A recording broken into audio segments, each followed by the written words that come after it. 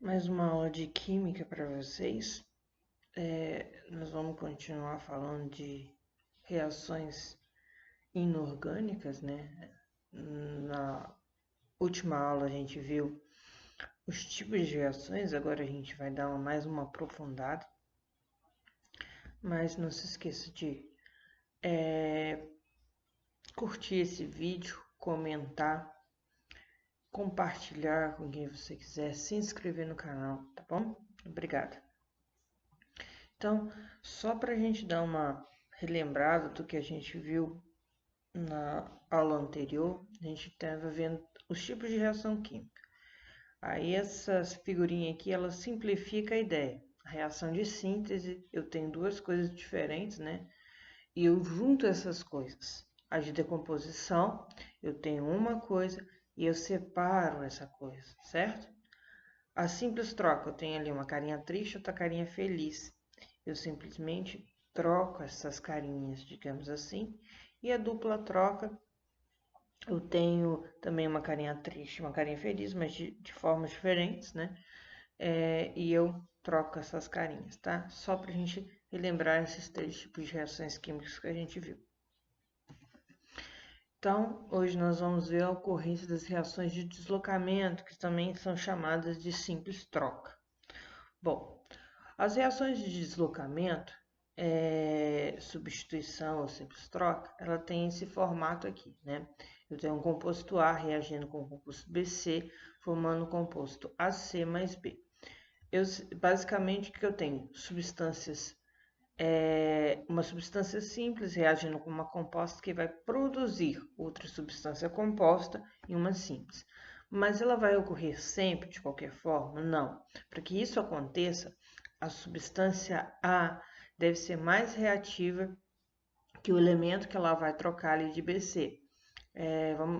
Pela reação, a gente percebe que ela deslocou B. Ela tem que ser mais reativa que B para isso acontecer. Bom, e aí a gente vai ver as reatividades dos metais e depois dos não metais. A reatividade dos metais seria essa. Metais alcalinos terrosos são os mais reativos.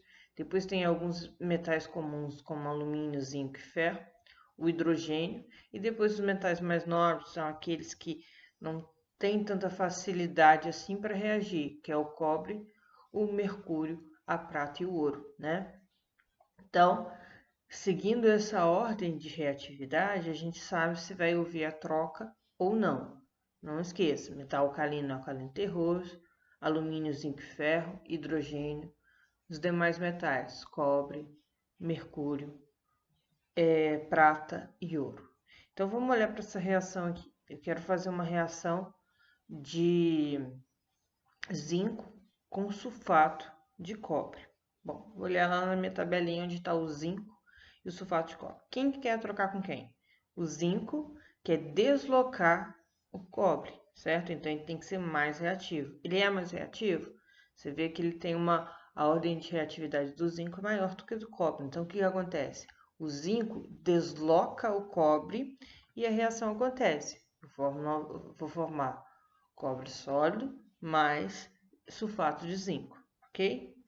Suponha agora que a gente queira a seguinte reação. Eu tenho cobre sólido e eu quero reagir ele com ácido clorídrico, certo?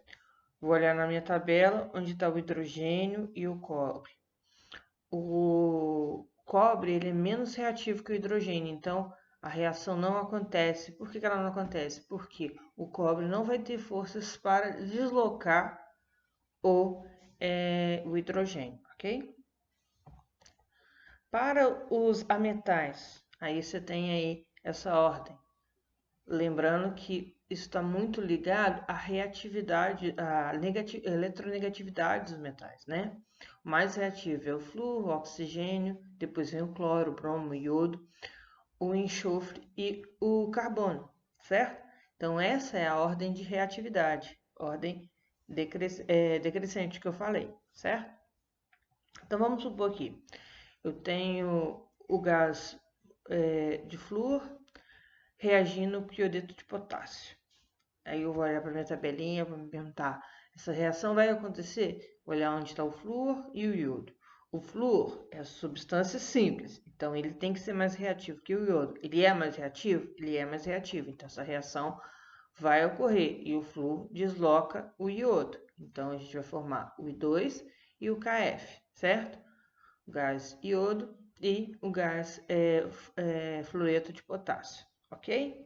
O gás não, né? O sal, ok? Então essa reação acontece. Vamos ver mais um exemplo de ametal.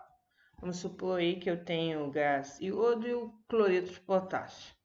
Vou olhar na minha tabelinha, eu tenho iodo e cloro. O iodo é menos reativo que o cloro, então essa reação não vai ocorrer, só ocorre se ele for mais reativo. É basicamente isso que você tem que saber sobre reação de deslocamento. Não tem mais nada que isso, é lembrar as ordens de reatividade, tanto de metal como de não metal, e aplicando para saber se a reação vai ocorrer ou se ela não vai ocorrer.